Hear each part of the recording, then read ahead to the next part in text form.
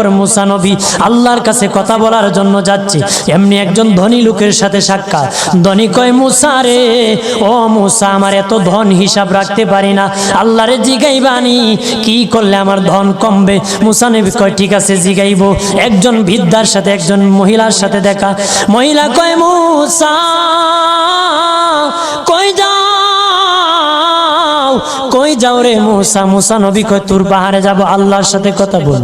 মুসা রে, আল্লাহরে জিগাইবানি, আমি গরিব মানুষ, আমি ভালো কিছু কিনতে পারি না, ছেলে মেয়েকে ভালো কিছু খাওয়াইতে পারি না, ভাঙ্গা ঘর, এত গরিব, ভালো করে ঘর বানাইতে পারি না, আল্লাহরে জিগাইবানি কি করলে আমার উন্নতি হবে, ধনী হব, টাকা পয়সা হবে, আল্লাহরে জিগাইবানি। আল্লাহ মুসা নবী কয়, ঠিক আছে, আল্লাহরে জিগাইব, তুমি কেমনে ধনী হইবা?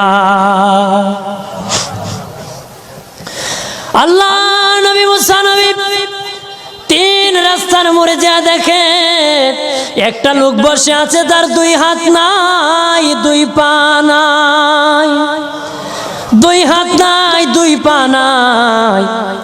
ওই লোক ডাক দিয়া কয়, মুসা রে, জীবনে কোনোদিন নিজে হাঁটতে পারি নাই, নিজ হাতে খেতে পারি নাই, কেউ খাওয়াইলে খাই, নতুবা উপবাস থাকি, বৃষ্টি আসলে ভিজি, সেখানে আমি আবার শুকাই।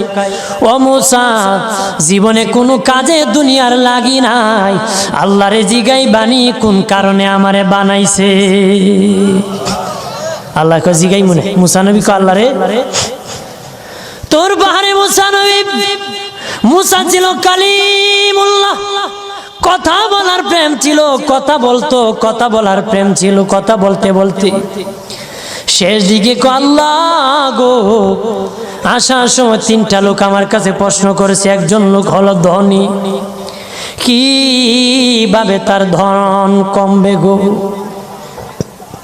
আল্লাহ বলেন, মুসা রে, তারে জানায়া দাও যাকাত দেওয়া যেন বন্ধ করে দে, শুকরিয়া আদায় করা যেন বন্ধ করে দে, তাহলে আমি প্রভু আল্লাহ সুবহানাহু ওয়া তাআলা তার ধন কমায়া দিব। যদি শুকরিয়া আদায় বন্ধ করে তাহলে ধন আমি কমাই দেব। এরপরে মুসা নবী বলে, ও মালিক, আল্লাহ একজন মহিলা বলেছে তার গরিব মানুষ, গরিবী হালত যায় না, যত ইনকাম করে তার একটা ভাঙ্গা ঘর, ভালো ঘর বানাইতে পারে না গো।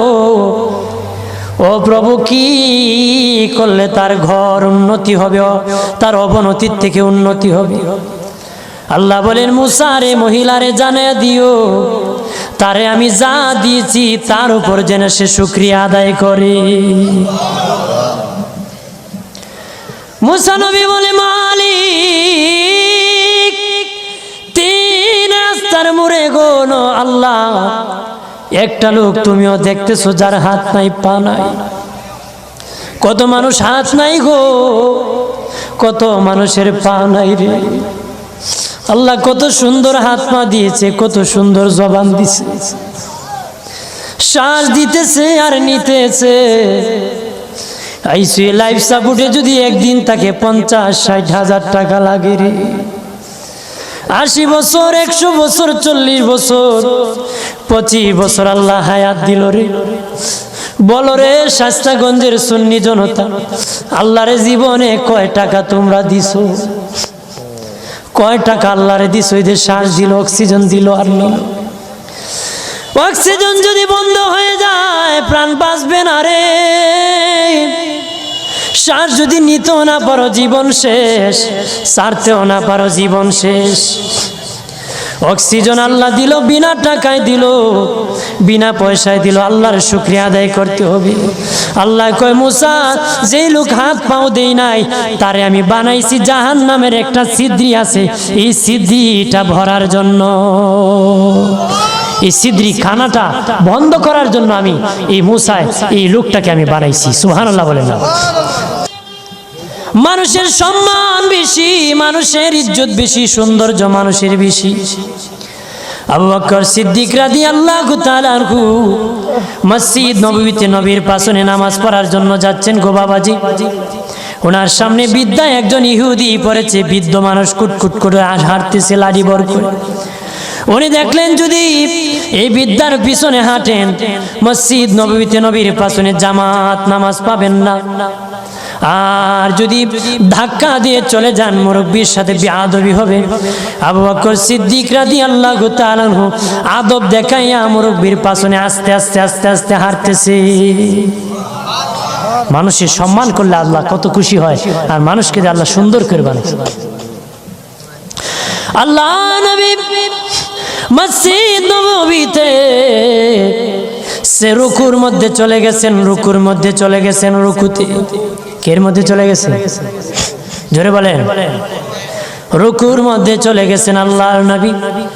আমার আল্লাহ জিবরিল আমিন পাঠাইয়া নবীকে সংবাদ জানায় দিলেন, ও নবী, আপনার আবু বকর সিদ্দিক আমার এক সৃষ্টি বিদ্যাকে সম্মান দেখাইতে আসতে দেরি হতেছে, আর সে আস্তে আস্তে আপনি রুকুর থেকে উঠে গেলে এক রাকাত নামাজ পাবে না।